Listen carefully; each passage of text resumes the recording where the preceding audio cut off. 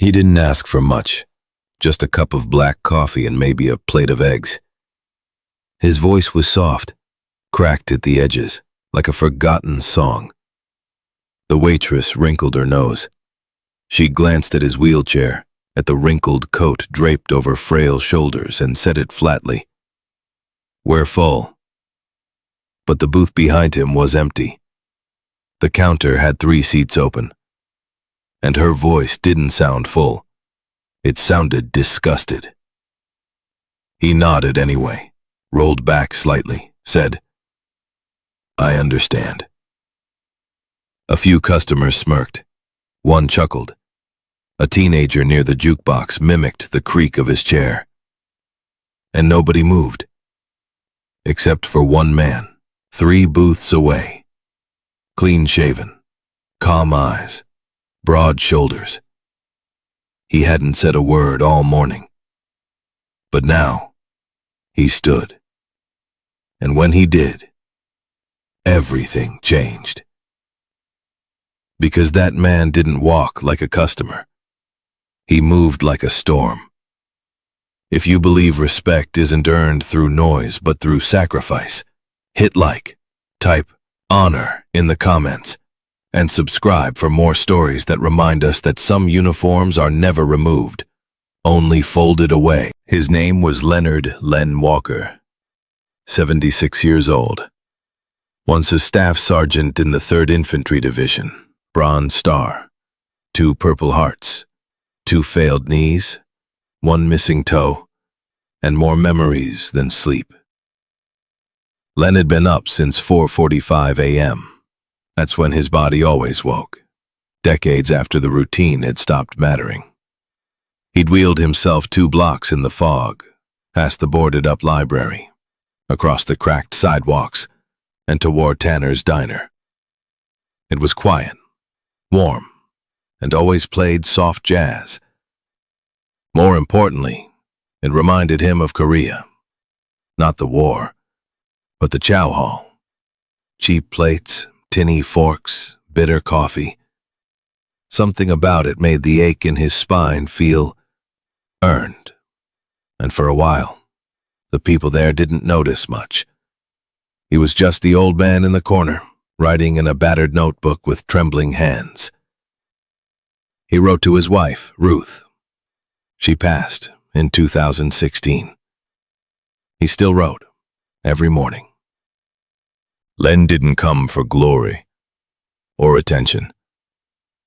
He came for routine, to feel normal for 10 minutes a day, to sit at the counter, greet the waitress, sip the coffee slowly, and write his morning letter.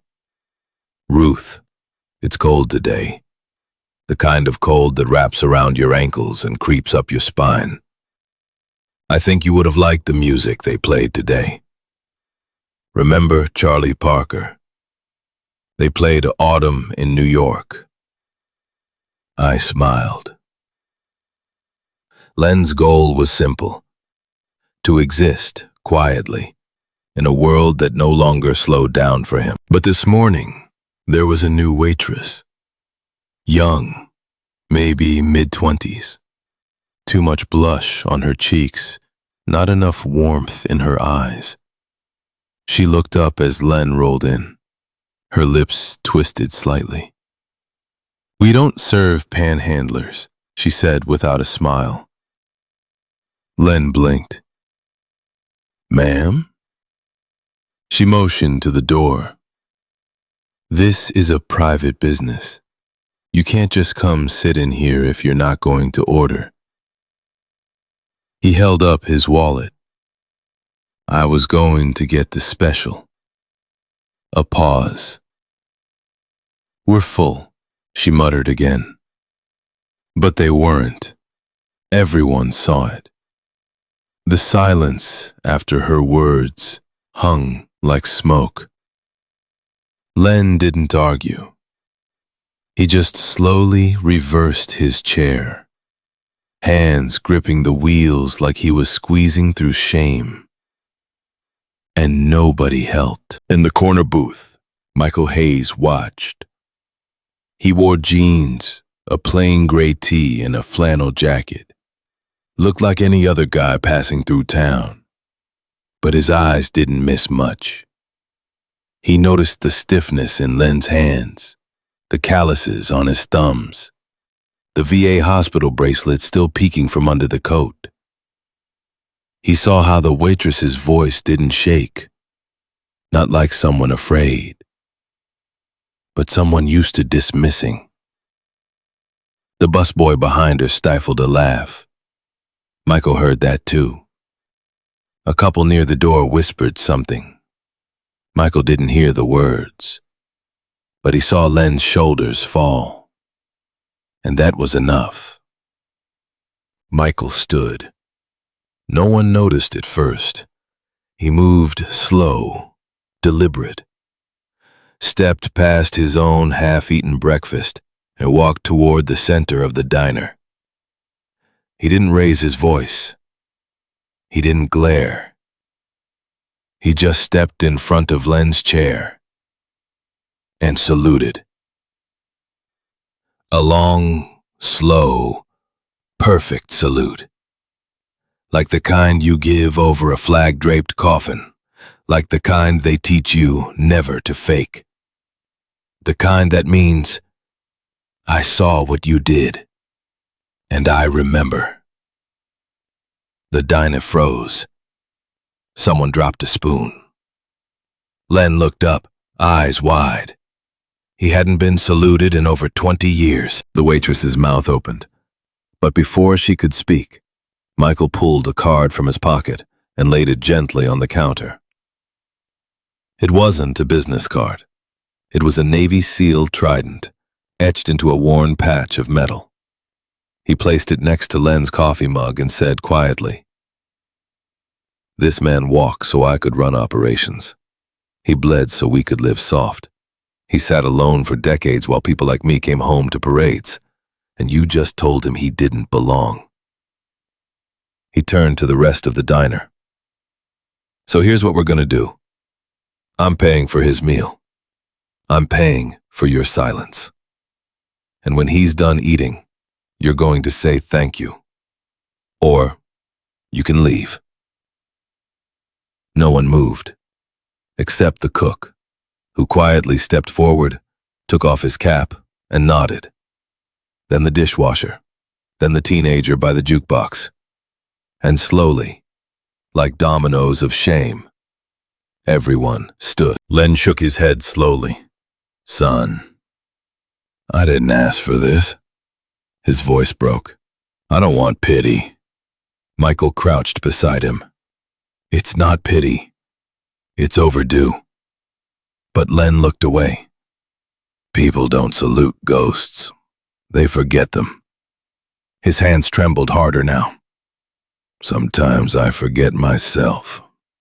The moment cracked. The silence returned. And for a second, it felt like even that small thread of dignity was too frayed to hold. Then came the door. It opened with a clang. Two young men in full-dress blues stepped in. They'd been eating at the diner next door, saw the scene through the window. One stepped forward and said, "Permission to join you, Sergeant?" Len blinked. "What?" The Marine smiled. "There's no rank in respect, sir. Just history. And yours taught ours." They wheeled Len to the corner booth, placed a folded napkin in front of him like it was a ceremony. Michael sat beside him. And for the first time in years, Len didn't feel like an afterthought. That day, the cook named the special after him. The Len Walker plate. 2 eggs, black coffee, side of silence broken by respect. The waitress never came back. She didn't need to.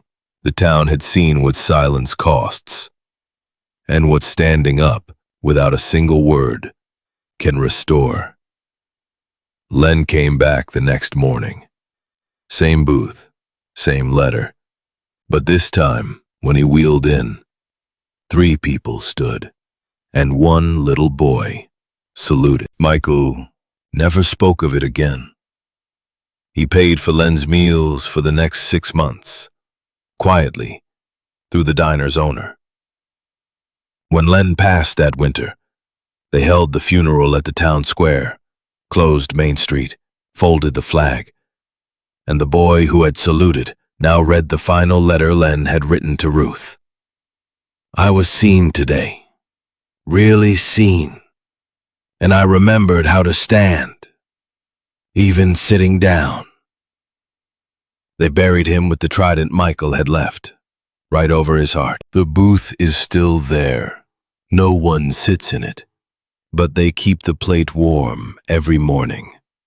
Coffee fresh, notebook open, and a small sign that reads, "Reserved for Staff Sergeant Leonard Walker, because some uniforms never come off." And every Veterans Day, without fail, a man in a flannel jacket walks in, places a single coin on the table, and salutes.